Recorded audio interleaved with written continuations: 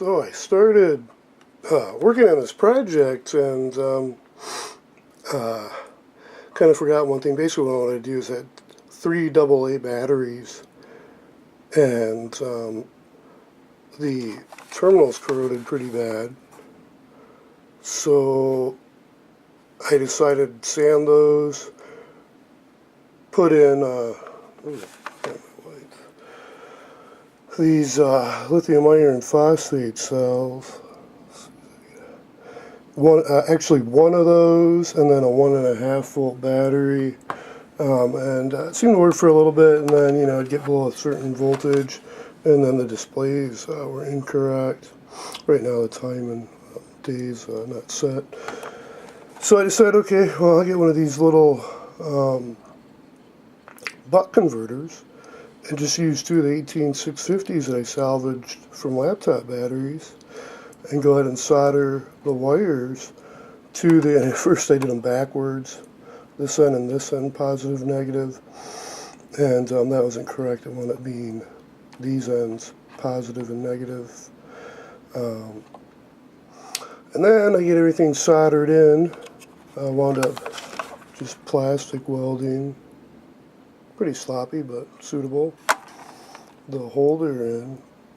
And I had taken some from a TV, like CRT, I had taken apart some of the plastic and used that as rod. And then this is just floating right now. Cut a little slit in the battery cover so the wires should get out. I'm thinking I can pull this out if I need to. This isn't going to come off. Even so, this is what I was thinking about hot gluing a piece of Velcro, but these fit pretty well. So I guess my next step would be maybe a plastic cover just to be safe so dust doesn't get dirty. You do a Velcro cover or something. So I get this, so back to where I was, I get this all soldered together, and then I'm like, all I did was verify that there was a bucking action going on from like 8.2, I think they want it being. Batteries discharged, have been sitting there for a little bit, down to 7.5, I think 7.6, and I didn't adjust the potentiometer until after I got everything soldered together, and nothing's changing. So it's stuck at 7.6, though it doesn't seem to be frying anything. Hopefully, I notice I don't feel any heat anywhere coming off this. So hopefully there's some kind of regulator, voltage controller or something like that in this model. This is a, where is that at? Right there. Model WS 9035 TWC2S. Seems to be working fine, though. Seems like should be 4.5 volts. Though I did notice when it's below 4 volts, 4.1 volts doesn't seem to work correct. Or maybe it does, I'm just being impatient. It took a little longer to get the values to appear, but typically it takes a little while for the outdoor synchronization, where the upper values seem to appear immediately. So, it seems to be working. I figure I was going to desolder and replace. I need to look, I got a 5-pack of these for like under $4. I think it's like, under $4. I think they're like $3.94. And, so I don't know, maybe I got a cheap batch and the potentiometers don't work. So I guess technically I could take this apart and troubleshoot this buck converter and maybe even fix that, or I guess use another one. Though I figured I'd document it. It's kind of cool getting this thing back going, because it's sitting there for a little while not working, and I've kind of had this motto where I'm just going to take the old AA batteries, I'll save them, maybe use them as like a spacer. Other than that, I don't want to buy any more alkaline unless I need to for some reason. I shouldn't have to. I think I can just buy the lithium iron phosphate or the lithium ion batteries and go with those. But yeah, so kind of projects going on. I got this little baby. This is the 24 volt UPS. Oh, those are the batteries. There's two of those batteries that are in this. This is a, where do we have that? Let's see right here. Here we go. Yeah, that's that model, TS2250B. It's an uninterruptible power supply. And this is the other one I haven't modded, so I have two of these. And I figured I'd take the batteries out of this one to see if they're working. And I need to, I don't have the other one here, get those two batteries out, give me a total of 4 12 volt in series to be 48 volts. That I can wire up into the $10 UPS I picked up to verify if that works. So that's heavier duty than this one. I think that's going to be better for the solar system I have, especially with those 72 volt solar panels. I don't see any issues with that having has the external battery connection, so the ability to have an external battery pack. I just don't really see as much of an issue. We're trying to rig these. But yeah, it does have a heavy-duty transformer. I could put a cooling fan on two of these, connect these up to have an external battery run 24 volt input into these, and I almost think these can be modified somehow to run on 12, but I'll stick with 24. It seems safer. I don't really want to modify the circuitry.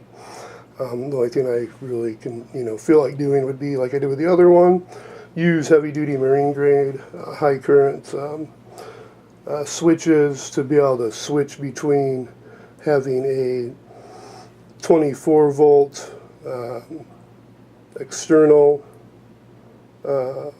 output if I need, which basically switches to disconnect from going into the UPS circuitry, or split them so I have 12 volt external, so technically I could externally charge at 24 volts or 12 volts.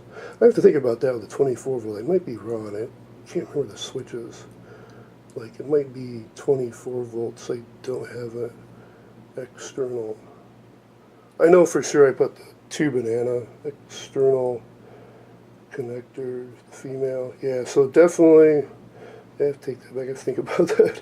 I know for sure it has a 12 volt disconnected from the circuitry, so I can charge those 12 volt batteries with a 12 volt charger externally if I needed to.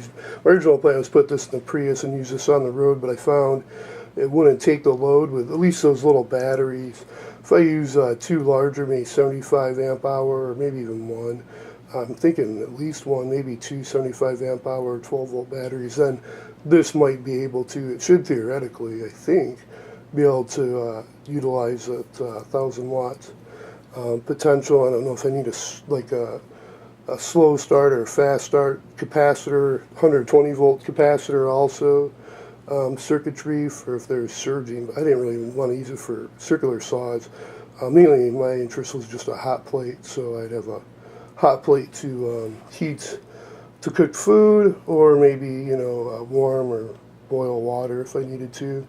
So I don't know, interesting taking this thing apart and seeing how it's functioning. Like I said, I'm only gonna focus on the batteries, and if anything, I might do like I did with the other one. This one has a different face, so I have more room.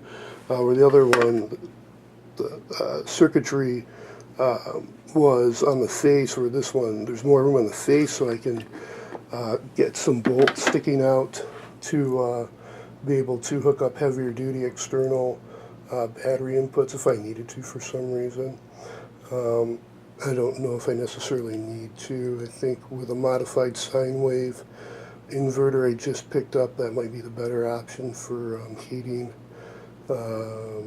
using just a single battery. I have to see how that thing works. It's claimed 5,000 watt, claimed 10,000 watt peak for like $60. I don't know if that's true, but anyhow, a little update. I wanted to videotape this mainly. It's happened to be here right now. Yeah. Oh, and I did on this T42. I today just installed Windows XP on here, and I think I'm going to do Void. I'm going to see how this Void Linux works. Supposedly that starts up really fast, and then Lubuntu Zesty Zap. So that'd be kind of cute to see how they run, the performances on these older laptops. I almost think I might make it multi-boot where I'll put Windows 7 on it. I think I gotta double check and make sure I have a license. I know with this one, I definitely have other XP licenses, and I just used this license. I put the IDE solid-state drive in. That's about the only thing I've done to upgrade this, because it didn't have a drive, and it seems to be definitely improving the startup time and performance. And had to install all the drivers, of course.